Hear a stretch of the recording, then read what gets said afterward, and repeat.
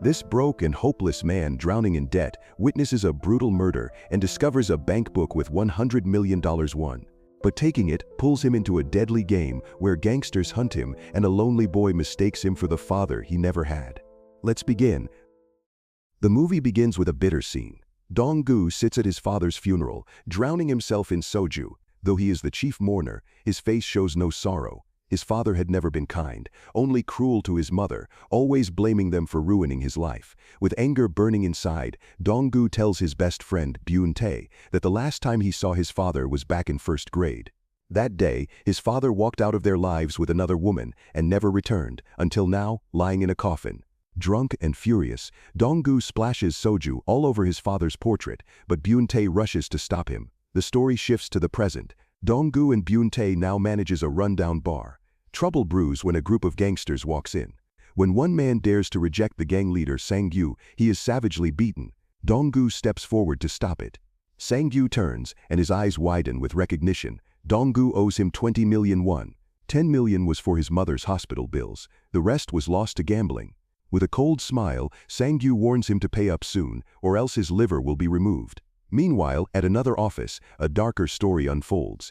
The big boss meets with Ki-chael, a loyal gangster who has spent 20 years of his life for the gang, even serving prison time for them. Now he wants out. He begs for freedom, saying his family has been waiting for him ever since his son was born, yet he hasn't gone home even once, but the boss refuses to let go. Instead, he asks Ki-chael for one last sacrifice, go to prison one more time, just a year, and then he'll be free. Ki-chael lowers his eyes in pain. To him, a year feels too long. All he wants is to finally return home. At night, Dong-gu hides in Byun-tae's small house. The two sit over a cheap bowl of noodles. Byun-tae scolds him between bites, telling him to stop running and think of how to pay his debts. He nags about the loan sharks too, how Dong-gu keeps borrowing from them without a plan. Dong-gu has nothing left now, just 3,800 won, barely enough for another meal.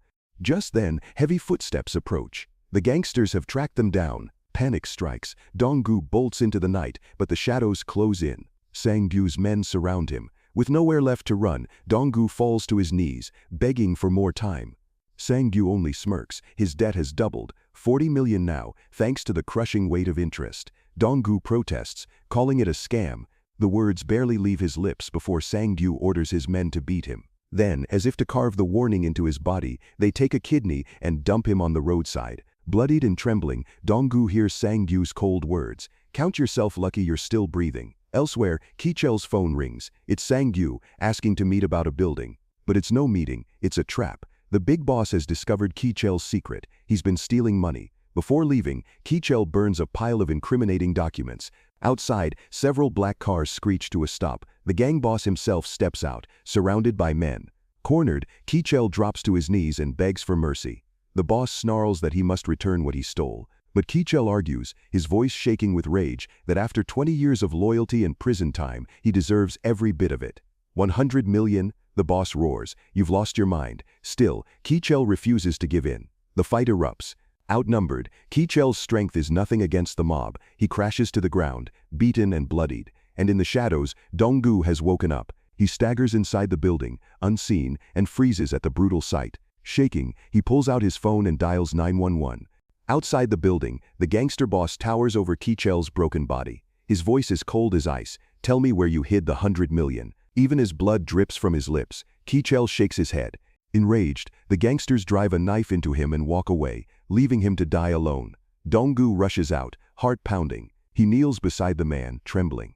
In his last breath, Ki-chael grips Dong-gu's hand and whispers, "Pass me the bag." Just then sirens wail in the distance. The police are coming. Afraid of being blamed, Dong-gu flees the scene, clutching the bag tightly.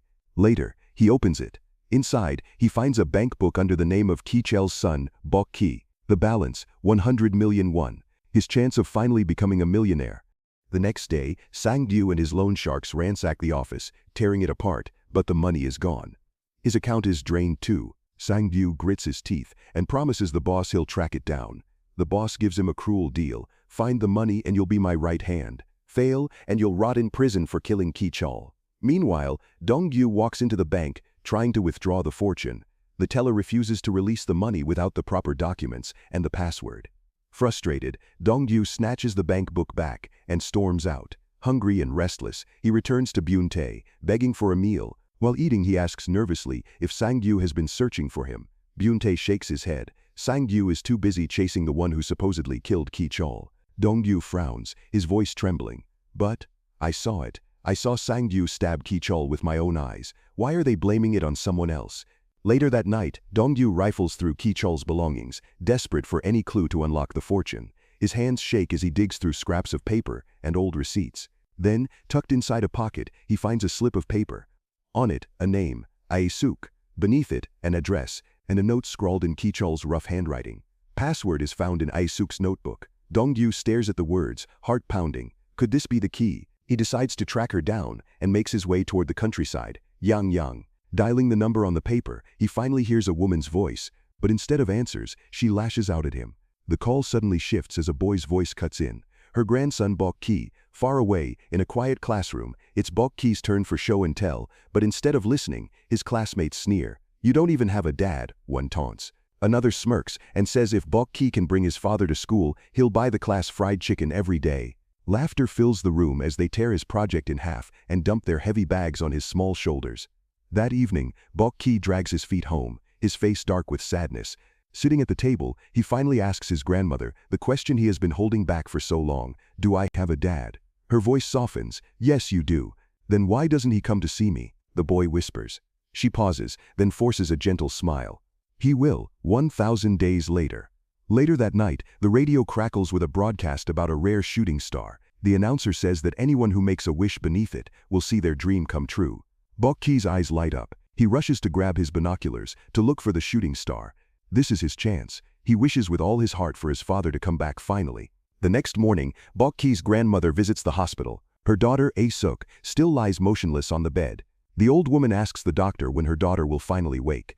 The doctor lowers his eyes and says quietly, miracles do happen. All we can do is wait.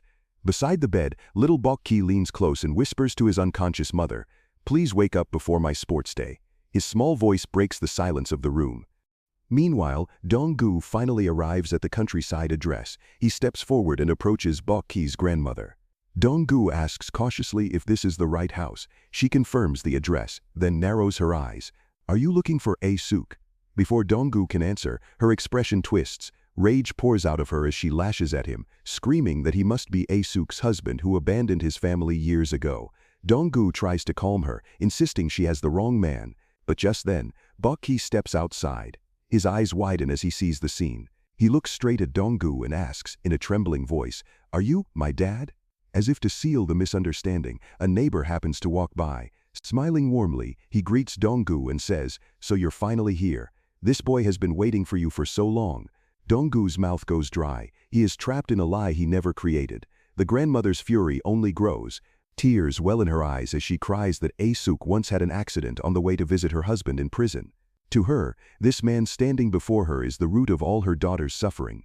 Elsewhere, Sang-gu grows restless. He gathers his men, his voice sharp as a blade, demanding answers about the missing money. One hesitant man finally speaks up. They overheard Dong-gu telling Byun-tae that he saw Sang-gu murder Ki-chol. A dangerous silence falls over the room.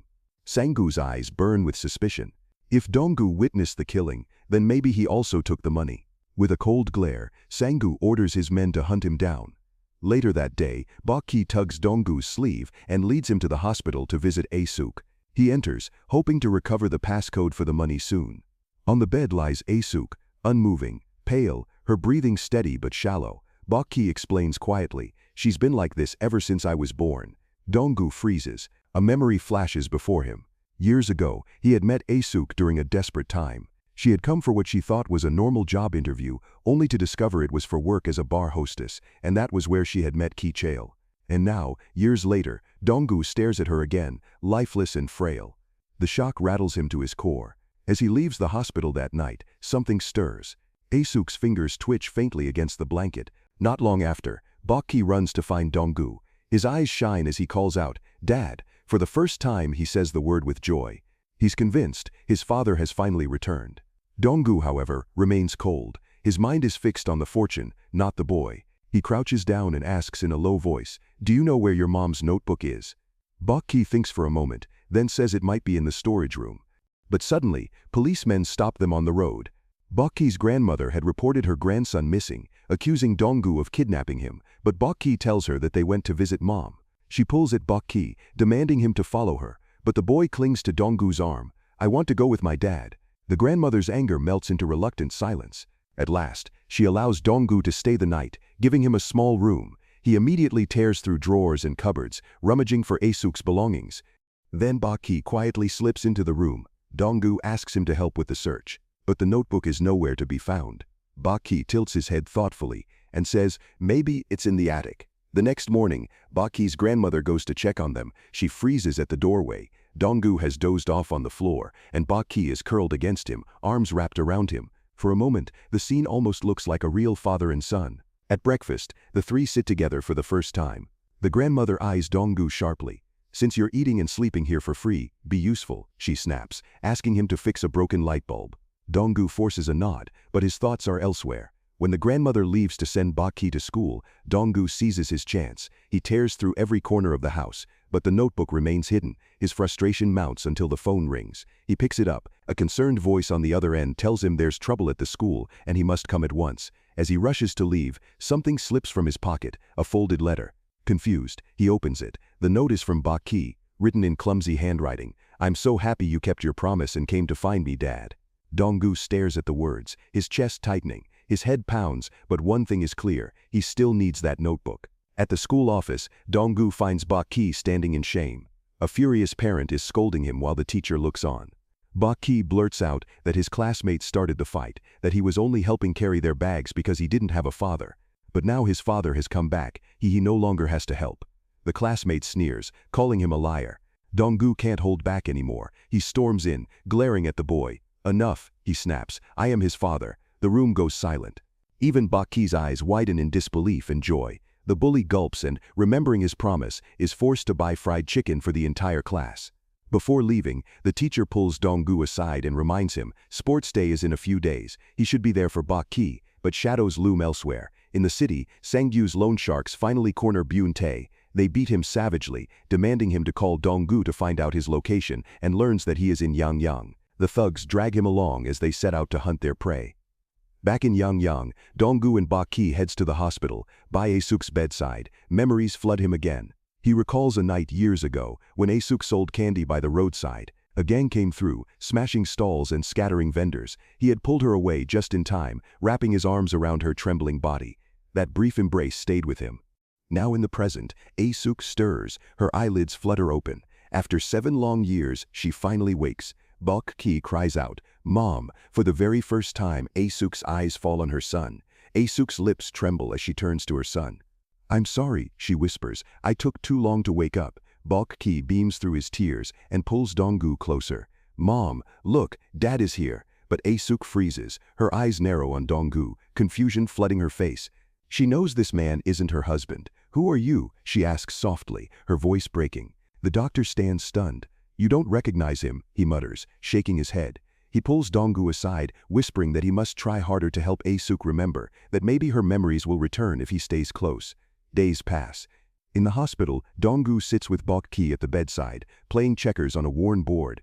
Asuk's mother watches them quietly and tells Asuk, "Bokki has been so happy since he came," she says warmly. Later, back at home, Bokki tugs at Donggu's sleeve. His eyes sparkle with excitement. "Dad, Mom's birthday is coming. It's the first time we can celebrate together." Later, Donggu takes Asuk out for fresh air. But instead of light words, Donggu leans in and asks her directly, "What's the password to Bokki's account?" Asuk hesitates. "It's the date I first knew I was pregnant," she admits. But when Donggu presses her for the exact day, she looks down, ashamed. She doesn't remember. She lifts her eyes, tears welling. "I'm sorry, I can't remember you either. But when I look at you, I feel warm. I'm sure you were a good person." Her voice trembles with hope. "I want to live better, with Bokki and with you." Donggu stiffens. His face hardens. "Still the same, naive as before," he mutters, shaking his head. He turns to walk away. Asuk wheels after him, but her wheelchair slips down a slope and she crashes into a parked van. Donggu quickly rushes to her side. Thankfully, her injuries are not serious. On the way home, Donggu's phone buzzes. It's Byun-tae. His voice is low, uneasy. "I need to see you. I've got relationship troubles." With no choice, he tells Byun-tae to come to Yangyang and meet him at a coffee shop. After hanging up, Byun-tae whispers to Sang-gu, "Once Dong-gu gives you the money, he'll be safe, right?" That night, Dong-gu lights firecrackers outside with Bok-ki, the boy's face glowing in the sparks of light. But suddenly, Dong-gu collapses onto the ground. "Dad," Bok-ki screams, tears streaming as he races for help. Rushed to the hospital, the doctors reveal the truth: the wound from his missing kidney has grown infected. When the policeman neighbor learns of this, he makes a quiet call, asking a colleague to dig deeper into Ki-cheol's background. The following day, Asuk is finally strong enough to be discharged. Her mother wheels her out, smiling through tears as she brings her daughter home after so many years.